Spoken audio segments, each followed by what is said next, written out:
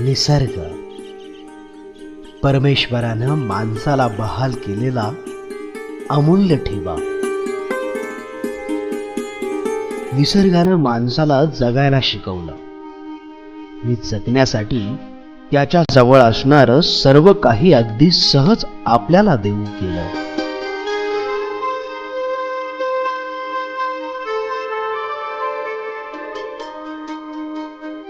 निसर्गानं भरभरून दिलं. निसर्गाच्या अनेक देणग्यांपैकीच एक मध. अनादी कालापासून मानव मधाचा अन्न आणि औषध म्हणून उपयोग करीत आला आहे.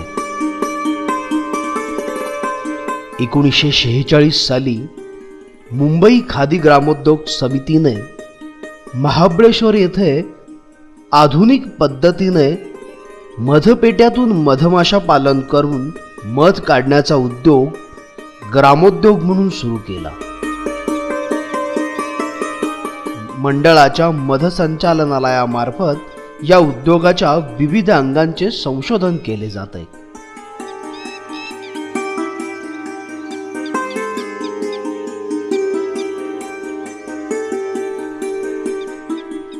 योग्य जागी हा उद्योग सुरू व्हावा यासाठी शेतकऱ्यांना विविध योजनांतर्गत जरूर ते आर्थिक व तांत्रिक सहाय्य केले जाते. मधुकेंद्र व मधुबने स्थापन करून वसाहती पुरवठा व विस्तार विषयक कामे केली जातात.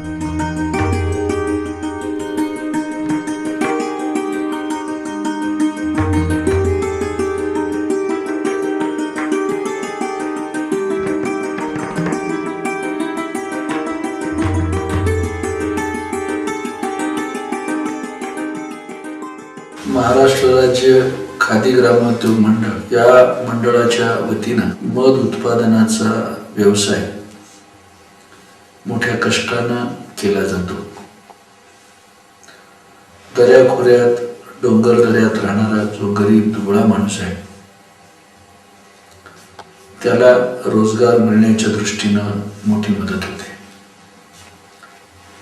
आज साऱ्या महाराष्ट्रात 4000 मध उत्पादक काम करीत असून मोठ्या प्रमाणात मधपेट्या उत्पादन पेट्या देण्याच्या बाबतीत देखील बोर्डानं पुढाकार घेतलेला आहे. शेतकऱ्यांना अलीकडच्या काळामध्ये मधाच्या उत्पादनाचं महत्त्व कळलेलं आहे. त्याचबरोबर पिकामध्ये जर अशा पेट्या ठेवल्या मध उत्पादनाच्या तर पिकामध्येही मोठ्या प्रमाणात वाढ होते, उत्पादनात वाढ होते याची जाणीव आता शेतकऱ्यांना झालेली आहे. सुरुवातीला प्रबोधनानं माहिती देण्यानं आमच्या आग्रहानं बोर्डाच्या विनंतीवरून शेतकरी एखादी दुसरी पेटी ठेवायचा, परंतु आता 15, 20, 10 अशा पेट्या तो आपल्या शेतामध्ये ठेवतोय आणि याच्यामध्ये मोठ्या प्रमाणात वाढ झाल्याचं बोर्डाच्या निदर्शनास आलेलं आहे.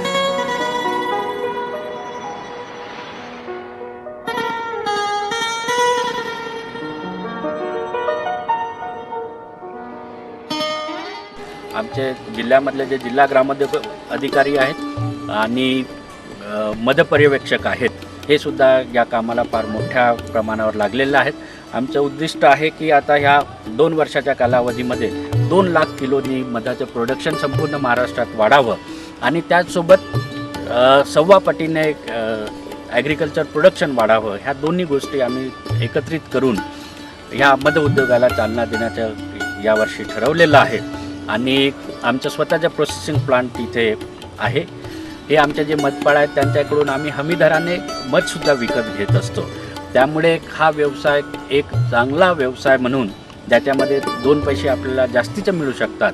ह्या मधमाशांमुळे जे परागीकरण होतं आणि त्यामुळे शेतीपासून मग ते कुठल्याही प्रकारची शेती असेल हॉर्टिकल्चर असेल किंवा आपल्याला भाजीपाला घ्यायचा असेल तर त्याच्यावर याचा फार मोठा परिणाम होऊन आपल्याकडे त्याचे रेकॉर्ड्स पण उपलब्ध आहेत. जसं सूर्यफुलाचं आपण जर म्हटलं तर जवळपास 1.5 पटीनं ॲग्रिकल्चर उत्पादन ह्या मतपेट्या तिथे ठेवल्यामुळे वाढलेलं आहे हे लक्षात आलेलं आहे. त्यामुळे शेती करत असतानाच हा एक शेतीचं प्रोडक्शन कसं वाढवायचं त्याच्याकरता एक अतिशय उत्तम पर्याय म्हणून मध व्यवसाय सर्व शेतकऱ्यांनी करायला पाहिजे या मताचा मी आहे.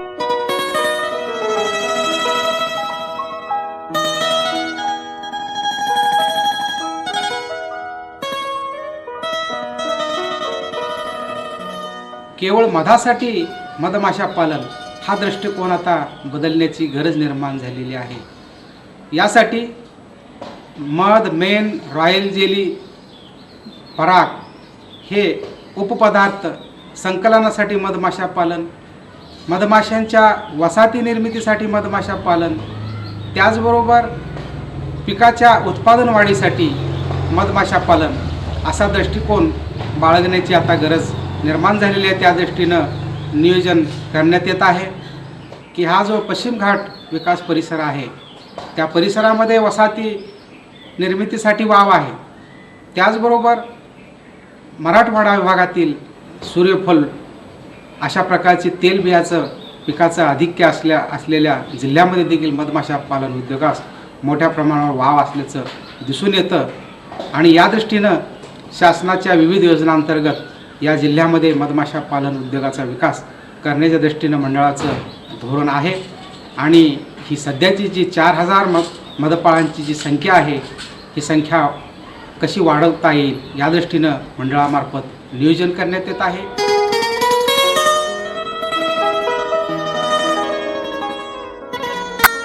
मधमाशा पालन हा एक नमुनेदार ग्रामोद्योग आहे. मध उद्योगासाठी इमारत, जागा किंवा वीज याची काही आवश्यकता नसते.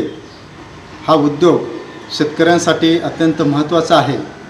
लहानापासून थोरांपर्यंत हा उद्योग करता येऊ शकतो. हा उद्योग करणे हे लोकांना जिकिरीचे वाटते, पण हा उद्योग जिकिरीचा नसून अत्यंत महत्त्वाचा आहे. तर या मध उद्योगाच्या आवश्यक असणाऱ्या बाबी आपण यात थोडक्यात पाहूया. भारतामध्ये 5 प्रकारच्या मधमाशांच्या जाती आढळतात. त्यामध्ये आग्या मधमाशा, सातेरी मधमाशा, फुलोरी मधमाशा, मेलिफेरा मधमाशा आणि पोयाच्या मधमाशा या 5 जातीची माहिती आता आपण थोडक्यात करून घेऊया. आग्या मधमाशा आकाराने सातेरी, मेलिफेरा व फुलोरी मधमाशापेक्षा मोठ्या व भुरकट रंगाच्या असतात. आग्या मधमाशा फक्त एकच पोळे झाडाच्या फांदीला, इमारतीला, कड्याला, कारखान्याच्या छताला, पुलाखाली असे उघड्यावर उंच ठिकाणी घरे बांधतात. या मधमाशा पोळ्यांच्या वरच्या बाजूस एका कोपऱ्यात संगोपन करता येत नाही. दुष्काळी हंगाम व वातावरणापासून बचाव करण्यासाठी या वसाहती लांबपर्यंत स्थलांतर करतात. या सर्व कारणामुळे आग्या मधमाशांचे पालन केले जात नाही. परंतु शेती पिकाच्या परागीभवनासाठी आग्या मधमाशांचा उपयोग होतो. फुलोरी मधमाशा आकाराने आग्या व सातेरी मधमाशापेक्षा लहान असतात. आग्या माशाप्रमाणेच एकच पोळे उघड्यावर सूर्यप्रकाशात बांधण्याची प्रवृत्ती आहे. फुलोरी मधमाशांची वसाहत सावलीच्या ठिकाणी, झुडपात, झाडाच्या फांदीवर, काट्याच्या कुंपणात दिसून येते. फुलोरी मधमाशा या एकच लहान पोळे बांधतात. त्या उजेडात राहत असल्याने या मधमाशांचे कृत्रिम पेटीत पालन केले जात नाही. फुलोरी मधमाशापासून थोड्या प्रमाणात मध व मेण मिळतो. त्याचा उपयोग परागीभवनासाठी होतो. सातेरी मधमाशा आकाराने आग्या मधमाशापेक्षा लहान व फुलोरी मधमाशापेक्षा मोठ्या असतात. सातेरी मधमाशा 7 ते 10 पोळी समांतर रेषेत व अंधारात बांधतात. सातेरी मधमाशा त्यांची पोळी झाडाच्या ढोलीत, जमिनीत, कड्यात, मोठ्या दगडाच्या सांदीत, वारुळात, घराच्या छतात बांधतात. निसर्गात भरपूर खाद्य असेल व शत्रूचा व रोगाचा त्रास नसेल तर या सातेरी मधमाशा उठाव करून जात नाही आहेत. या मधमाशा अंधारात राहत असल्यामुळे त्यांचे कृत्रिम पेटीत पालन करता येते. महाराष्ट्रात अनेक ठिकाणी सदर मधमाशांच्या वसाहती असून त्यांचे कृत्रिम पेटीत पालन केले जाते. या मधमाशा शेती पिकावर परागीभवनासाठी उत्तम प्रकारे काम करतात. एपिस मेलिफेरा या युरोपियन मधमाशा आहेत. जगात याच मधमाशांच्या वसाहतीचा विस्तार मोठ्या प्रमाणात झालेला आहे. या मधमाशा आकाराने आग्या मधमाशापेक्षा लहान व सातेरी मधमाशापेक्षा मोठ्या असतात. या मधमाशा झाडाच्या ढोलीत, दगडाच्या कपारीत, जमिनीत 7 ते 10 पोळ्या समांतर रेषेत बांधतात. या मधमाशांची अंधारात एकाच ठिकाणी जास्त दिवस राहण्याची सवय असल्याने त्यांचे कृत्रिम पेटीत पालन केले जाते. भारतामध्ये या मधमाशांच्या वसाहती 1960 साली आयात करून आणलेल्या आहेत. पंजाब, जम्मू काश्मीर, हरियाणा, बिहार, पश्चिम बंगाल, हिमाचल प्रदेश या राज्यात या वसाहती मोठ्या प्रमाणात आहेत. या मधमाशांच्या वसाहती ठेवण्याकरिता लँगस्ट्रॉथ 10 फ्रेम प्रकारच्या मधपेट्या वापरल्या जातात. महाराष्ट्रातही या मधमाशांच्या वसाहतीचा विस्तार मोठ्या प्रमाणात होत आहे. या मधमाशांचा शेती पिकावर परागीत भावनासाठी उपयोग करून घेता येतो. या 4 मधमाशांच्या जातीशिवाय पोह्यांची ही 5वी जात भारतात आढळते. या वसाहतीचे संगोपन होत नसले तरी परागीभवनासाठी उपयुक्त आहेत. थोडक्यात म्हणजे या 5 मधमाशांच्या जातीपैकी फक्त 2च मधमाशा आपल्याला लाकडी पेटीमध्ये संगोपन करता येतं. त्या सातेरी आणि मेलिफेरा या मधमाशांची माहिती प्रात्यक्षिकासह आता आपण घेऊया. ही सातेरी मधमाशांची ब्रूड फ्रेम आहे. या ब्रूड फ्रेमला वर डाव्या आणि उजव्या साईडला 2 हे आहेत, छोटेसे छिद्र आहेत. या छिद्रामध्ये आपण हे वायरिंग अशा पद्धतीने करून घेतलेलं आहे. पोळ्यांना आधार मिळावा म्हणून अशा पद्धतीनं वायरिंग केलं जातं. या फ्रेमच्या या टॉपच्या साईडला अशी एक खाच आहे. या खाचेमध्ये आपण मेणपत्रा चिटकावणं गरजेचं आहे.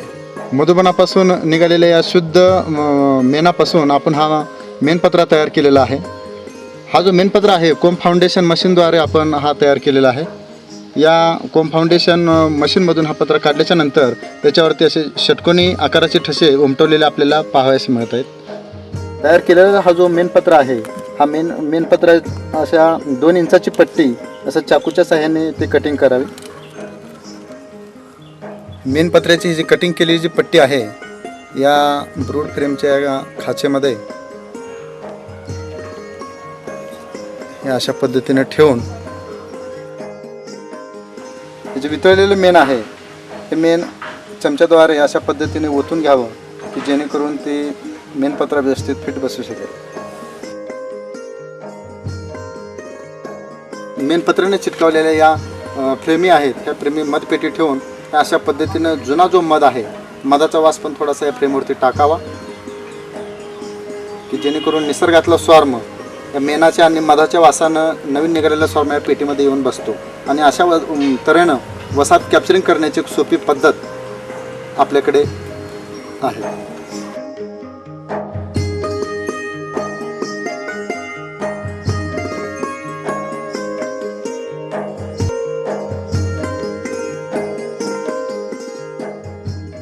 अशा पद्धतीने काथ्या 4ही बाजूने व्यवस्थित मतपेटीला बांधून घेऊन ही पेटी जंगलामध्ये ठेवावी.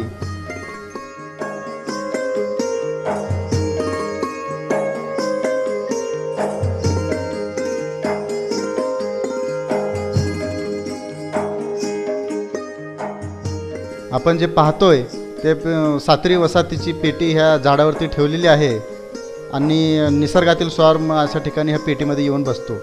सातेरी वसाहत पकडण्याची ही एक सोपी पद्धत आहे.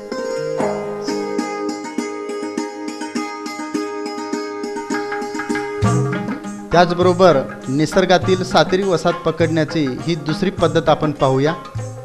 सातेरी वसाहती या जमिनीत, कड्यात, मोठ्या दगडाच्या सांदीत, वारुळात, घराच्या छतात वास्तव्य करून असतात.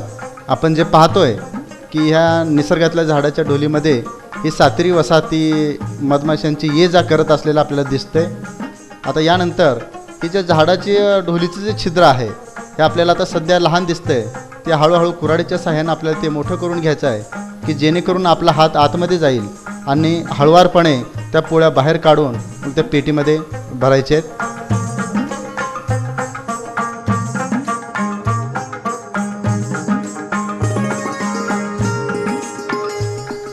या ठिकाणी आपल्याला दिसतंय की झाडाच्या ढोलीचं होल हे मोठं झालेलं आहे. या ढोलीमध्ये जी मेणाचे पोकडे आहेत ते हळूवारपणे बाहेर काढून पेटीमध्ये आपल्याला बांधायचे आहेत.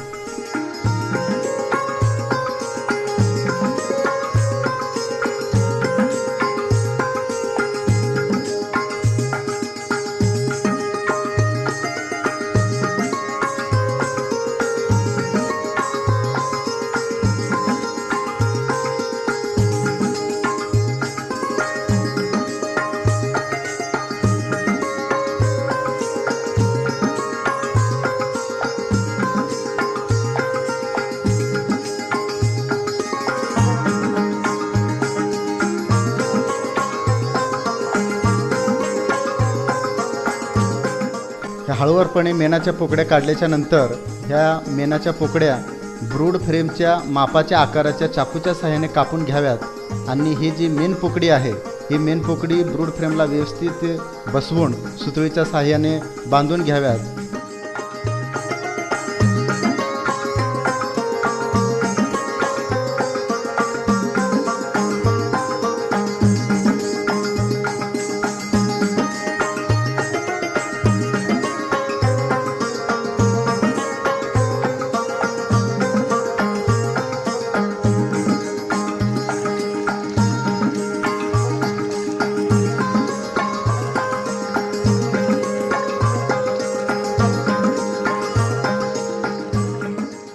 अशा पद्धतीनं सुतळीच्या साहाय्याने बांधलेल्या ह्या ज्या फ्रेमी आहेत पेटीमध्ये हळूवारपणे ठेवाव्यात.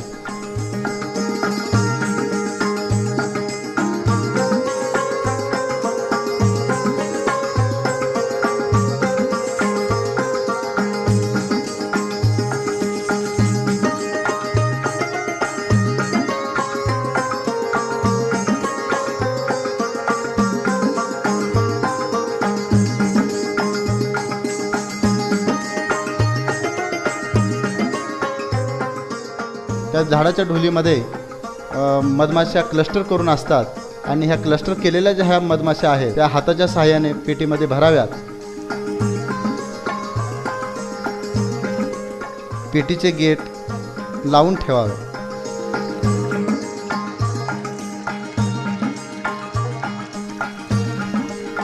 अशा पद्धतीने माशा पेटीत भराव्यात. मधमाशा पेटीत सोडताना राणी माशी पेटीत गेल्याची खात्री करावी. आपण पाहतोय या झाडाच्या ढोलीमध्ये मधमाशा दिसत नाही आहेत. ढोलीतील सर्व माश्या पेटीत आल्या आहेत, म्हणजेच राणी माशी पेटीत आली असल्याची आपल्याला खात्री होते. सायंकाळी 6च्या सुमारास या मधपेटीचे गेट उलटे करून घ्यावे, जेणेकरून या मधपेटीतील माश्या बाहेर येणार नाहीत. ही मधपेटी